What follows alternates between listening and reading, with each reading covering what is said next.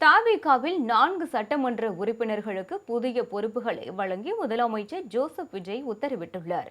தமிழக வெற்றி கழகத்தை பலப்படுத்தும் நோக்கில் கட்சியில் அமைப்பு ரீதியாக புதிய மாவட்டங்கள் உருவாக்கப்பட்டு புதிய மாவட்ட செயலாளர்கள் நியமிக்கப்பட்டுள்ளனர்.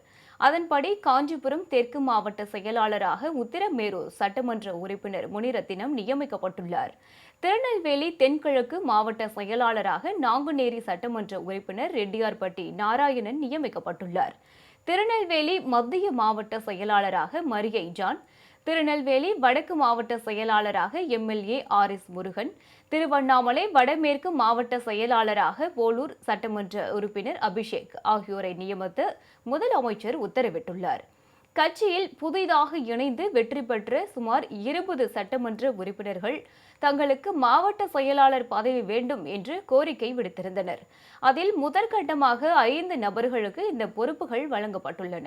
ஏற்கனவே கட்சியில் நீண்ட காலமாக உழைத்த மூத்த நிர்வாகிகள் அதிருப்தி அடையாத வண்ணம் பிற தொகுதிகளுக்கான நியமனங்கள் குறித்து கட்சி தலைமை தொடர்ந்து பேச்சுவார்த்தை நடத்தி வருவதாகவும் தகவல்கள் வெளியாகியுள்ளது.